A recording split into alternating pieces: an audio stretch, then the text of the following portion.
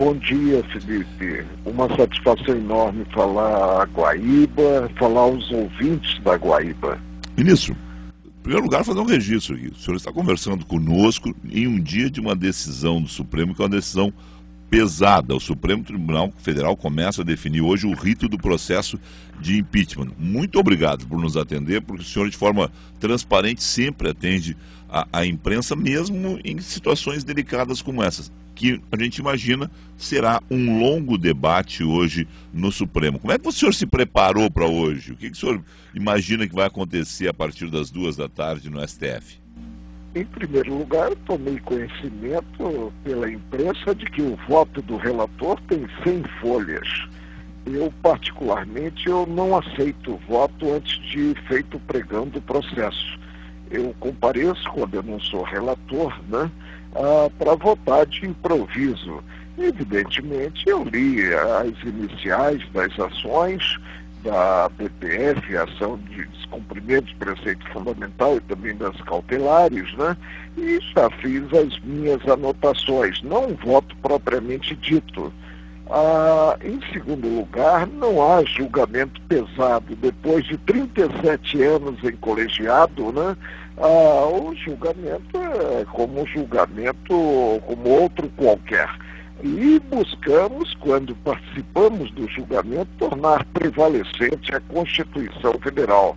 Hoje, praticamente, só ouviremos o relatório, as sustentações da tribuna, e se o voto tem realmente 100 folhas e ele não levar um resumo, a sessão será tomada toda ela, a não ser que o presidente a projete noite adentro, pelo voto do relator ministro Luiz Edson Fachin.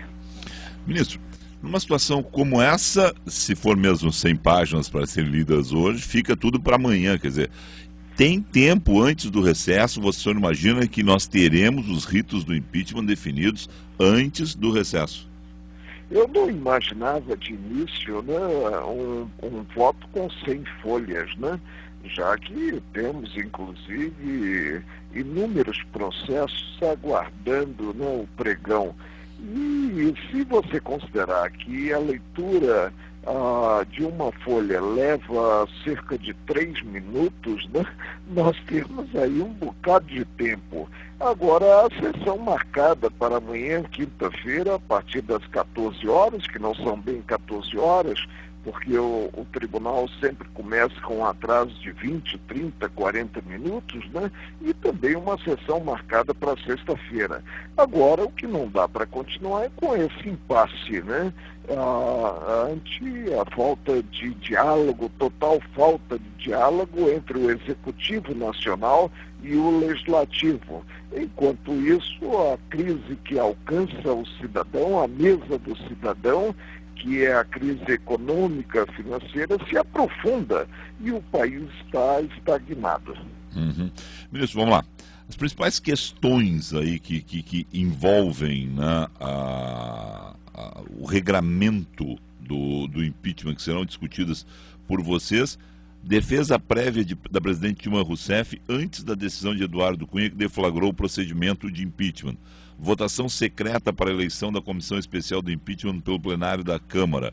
Eleição da chapa avulsa para a composição da comissão e a prerrogativa do Senado de arquivar o processo de impeachment, mesmo se a Câmara decidir por 2/3 dos deputados, ou seja, 342 votos, aceitar o julgamento do crime de responsabilidade. São questões que, pela sua experiência, vocês vão entrar em debate um a um, ponto a ponto, e aí nós teremos aqueles debates do Supremo Tribunal Federal, e aí pode também, depois da leitura do relatório, se prolongar esse debate. Como é que vai se dar esse rito de vocês? Olha, o ideal seria a apreciação de cada tema e colher-se o voto quanto ao tema. Mas, pelo visto, nós teremos a leitura integral do voto pelo relator. Agora, são realmente muitos temas. Eu cheguei a apontar cerca de 7, 8 temas, aqui nas minhas notas, 9 temas, e teremos que nos debruçar e que cada qual concilie celeridade e conteúdo. Ou seja, cada qual prolate o seu voto com poder de síntese. Nós precisamos proceder à entrega da prestação jurisdicional. E proceder seria o preferível na sessão de hoje. Mas teremos, como eu já disse, a sessão de amanhã e o presidente pode, inclusive, convocar para amanhã a sessão matutina e fazermos a sessão matutina junto com a vespertina. Uhum. Essas situações todas de indefinição da lei brasileira que acabou o Supremo sendo chamado para falar, como é que vocês analisam a situação? Porque essa lei, na verdade, estamos analisando uma lei de 1950, né, sobre o olhar da Constituição de 88, tivemos o impeachment de um presidente, o Congresso fez pequenas modificações lá nos anos 2000, 2002, 2001, 2002, pequenas modificações, mas ainda não se tem clara a situação. O ideal seria termos uma lei atualizada segundo a Constituição Federal de 1988, porque a 1079, como você ressaltou muito bem, é de 1950. Ela foi editada quando em vigor a Constituição de 1946. Por isso é que nós estamos sendo chamados. Nós vamos definir a norma que prevalece no tocante a cada tópico que será colocado pelo relator.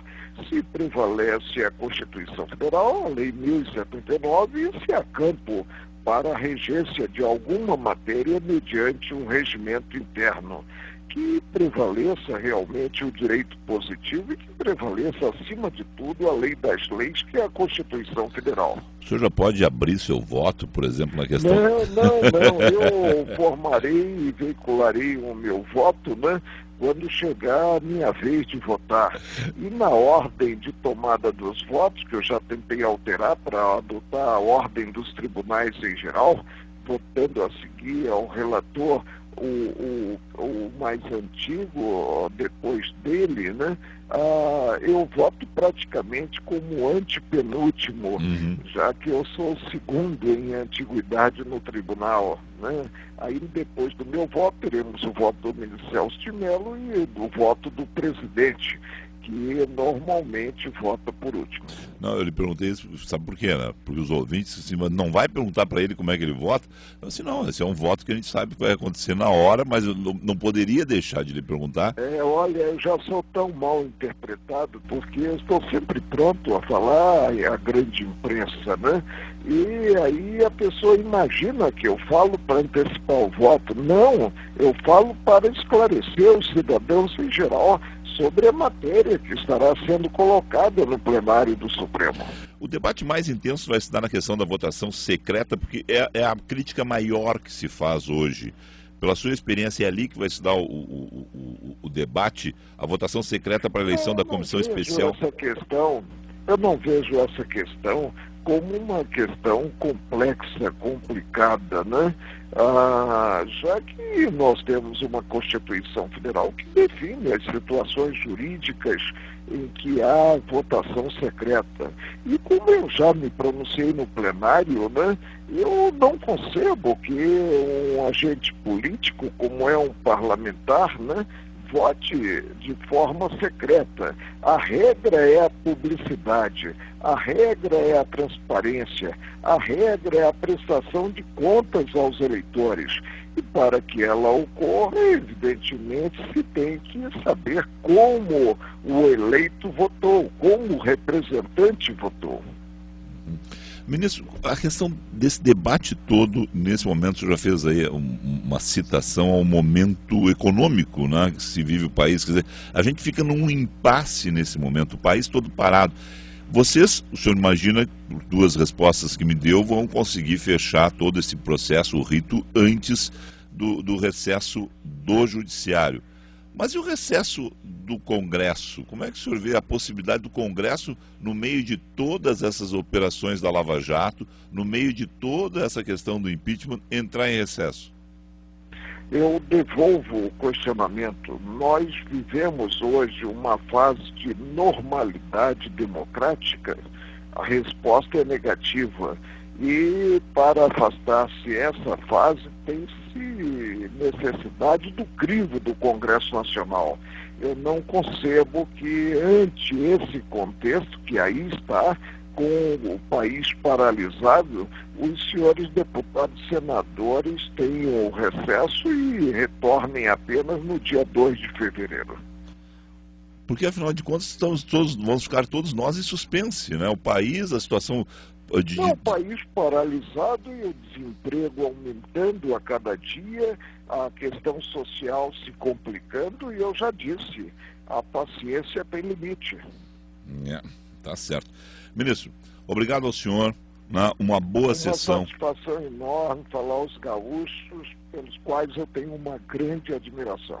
E nós queremos mais uma vez agradecer ao senhor, porque, afinal de contas, a gente conversa, a gente liga para o senhor é daqueles que a imprensa tem os seus telefones na agenda, o senhor sempre nos atende, conversa conosco. A questão do voto... É um dever, eu sou um servidor de meus semelhantes, assim eu me considero, né, e vou completar agora para o ano, como completou o ministro Zé Nery da Silveira, grande integrante do Tribunal Egresso do Rio Grande do Sul, 50 anos de serviços públicos e buscando acertar, buscando bem servir. Obrigado ao senhor, um excelente dia de trabalho e uma boa sessão. Obrigado.